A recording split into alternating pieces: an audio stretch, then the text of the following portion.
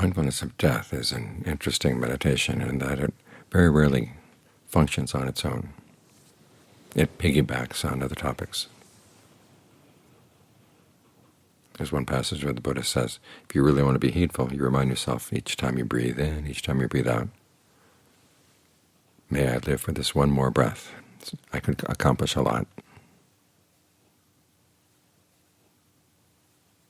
In other words, mindfulness of death focuses you on the breath and what you can do with the breath.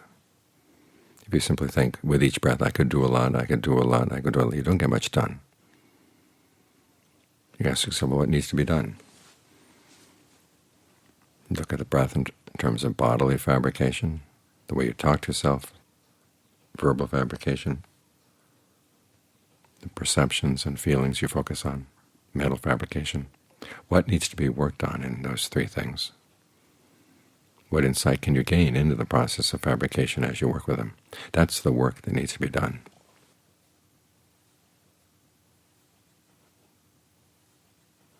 So mindfulness of death is a guardian meditation in the sense that it focuses our attention right here, right now,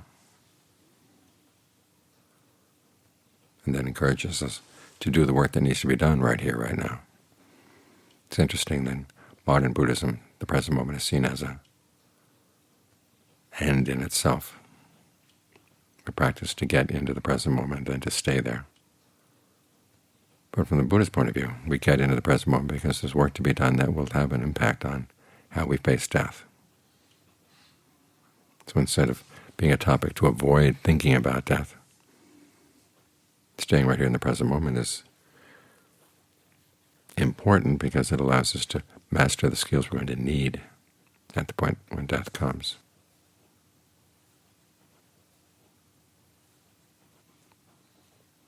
This is how it's a guardian meditation. In fact, the other guardian meditations also benefit from mindfulness of death, because as the Buddha said, there are four things that we fear as we approach death, and the guardian meditations help us with those. We fear losing the sensual pleasures we've had in this life. We fear losing the body. We're afraid that if we've done unskillful things in the past, there may be punishment waiting for us on the other side. And then finally, we just really don't know what's going to happen. If we haven't seen the Dhamma, if we haven't gained the Dhamma, there's going to be doubts about the true Dhamma, and those doubts can really cause fear. What's going to happen? Is there nothing at all after death?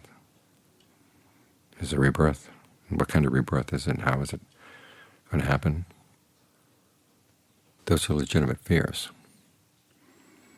and the different guardian meditations help us with them. Fear of missing out on sensuality and fear of losing the body. If you had some experience dealing with the contemplation of the body, it helps to overcome some of those fears. You realize that what you've got here in terms of the body is not all that much. There's a lot of pain and there's a lot of trouble that comes with the body. You think of each part of the body, and there's a series of diseases that goes along with each.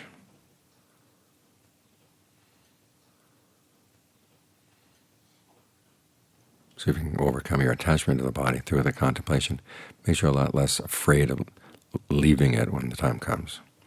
Otherwise you'll hover around after you could die. Like that spirit the woman saw in the envelopes behind Wamakut. Envelopes in Thailand are these little structures in which they're about the size of a coffin, just a little bit bigger than a coffin. You stick a coffin in and you seal it up with plaster. They use these in Thailand because often when somebody dies, the family's not ready to hold the funeral quite yet. Maybe somebody's away, or they don't have the money yet. And so they keep the body in what they call an envelope and wait until they're ready. Then they take it out. There's a whole field of these envelopes behind Wamakut where Ajaan Maha Boowa taught meditation. One night this one woman was sitting and meditating, and she had a vision where people were performing a ceremony where a coffin was being placed in an envelope, and there was a man standing right next to the envelope wearing a suit. And after the ceremony was over, everybody left except for him. He looked left and right and then went soup into the envelope. Startled her. So without saying anything to anybody, she left the meditation room, went down to where the ceremony just happened, and asked some of the people who were leaving, the person who died, did he look like this? And she described the man in the suit. I said, yep, that's the man. So she went back to say Ajaan Maha Boowa. I asked him, what do I do now? He said, well, try to meditate and see if you can get that vision again. And she did. He said, okay, now look inside the envelope. And the spirit was perched there, hovering right next to its body, not knowing where to go. So Ajaan Maha Boowa said, well, dedicate the merit of your meditation to him. So she did. She said it was like a light going out of her chest, like a headlamp. And the spirit looked at her, and there was this flash in his eyes, and he left. As Ajaan Maha Boowa said, sometimes he would go around in the evening there at Wamakut. They had a lot of funerals there. They'd have these little pavilions where the funerals would be held. He came back one evening after walking around and said, the number of people who die and hang around their bodies is an awful lot. It's because people are so attached to their bodies that they can't conceive of being any place else but around the body. Well, a corpse is not something you want to hang around. So it's good to see that there's nothing here that's really worth holding on to. The more you contemplate the body, the more it can pry you away from your attachment to the body. And not so afraid of leaving it.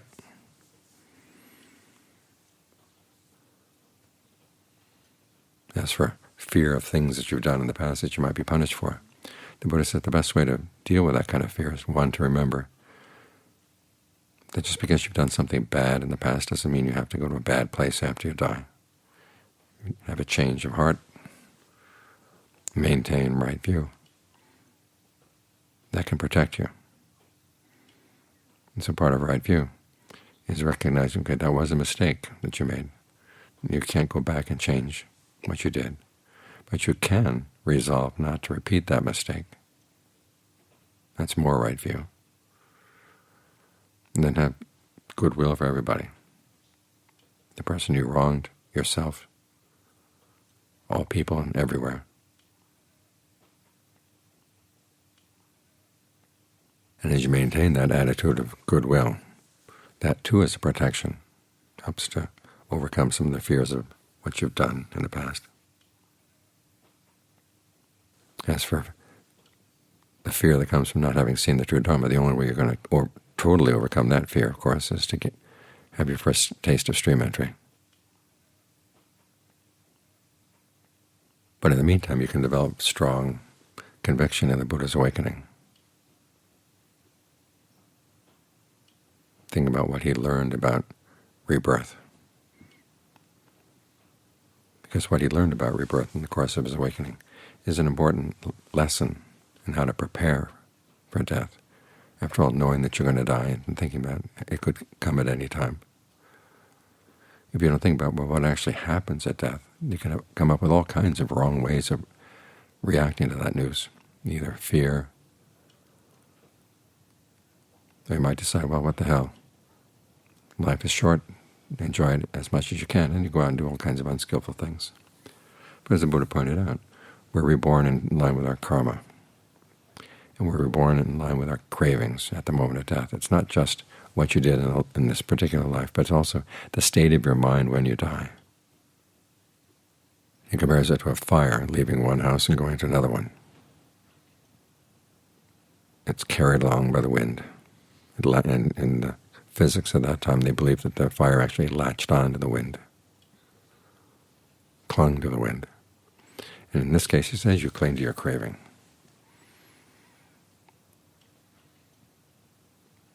You might think that that's pretty good and I can go where I want to go.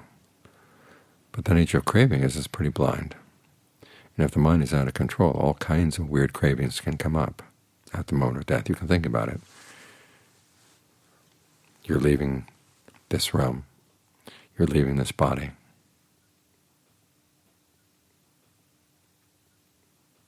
You're being evicted. And there's a lot of pain that goes along with death.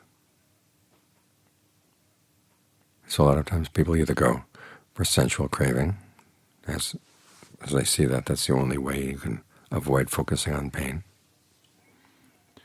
or they're simply afraid that they'll go out of existence, so they latch onto any kind of existence that occurs to them. Or they may decide that life is so much suffering they'd just rather be snuffed out. Well, that takes you to another state of being as well. And all the hindrances can come in at that time. There can be doubt, there can be restlessness and anxiety, there can be drowsiness. Ill will can come up as you remember people who've wronged you in the past, along with sensual desire. And they can take over. You've seen this in your own mind as you meditate. You're sitting here, all the circumstances around you are fine, everything's quiet. Your body's not doing anything outrageous in terms of creating pain or illness. The circumstances are ideal, and even then the hindrances can take over. So what's going to happen when the body is falling apart and your life is ending? If you can't control the mind, keep it away from the hindrances now, how are you going to keep it away then?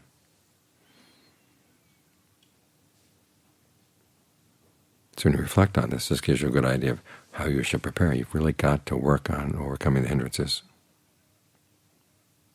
And you can use those guardian meditations to help overcome your fears.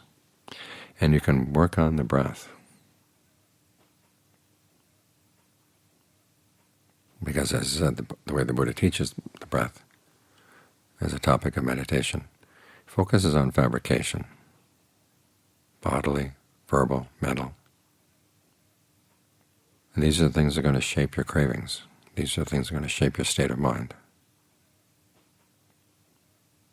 So when you get really skilled at handling these things, seeing them clearly and noticing how you can develop skillful fabrications and how you can let go of unskillful ones. If you get really skilled, get beyond fabrication entirely. But you're not going to get beyond it unless you really understand how to do it well. When you've mastered these things, that's when you're ready. That's when you're prepared, and you can have some confidence that you'll know what to do, and you do it well. So mindfulness of death isn't just thinking, die, die, die, I'm going to die. Sometimes those thoughts are useful when you find yourself sitting here meditating and thinking about all kinds of pleasures that you're missing right now. And you're reminding yourself, well, I could die at any moment. This is not a good time to be thinking about those things. And the fact that I'm going to die means, how much are those things really worth?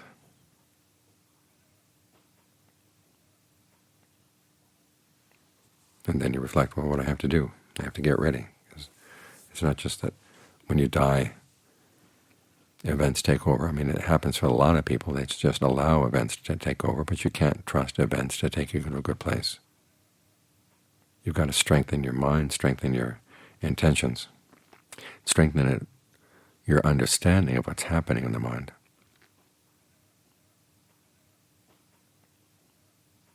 So when you are face-to-face with difficult issues as you're leaving the body, you'll be prepared.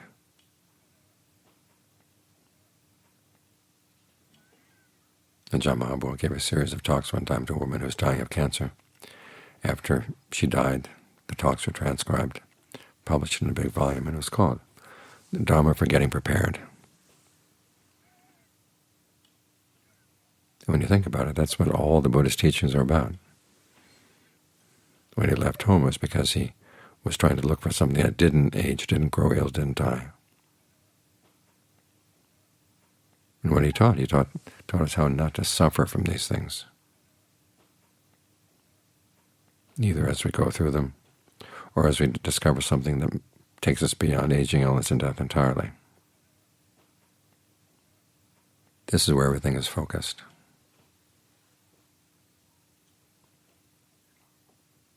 Which is why mindfulness of death gathers into it all kinds of meditation topics. You can trace every meditation topic, every skill about the things you need to abandon, to mindfulness of death. That's how they're all connected. That's why mindfulness of death is such a good meditation topic, for encouraging you to get really good at the other topics. Because they'll play an important role when the time comes to go.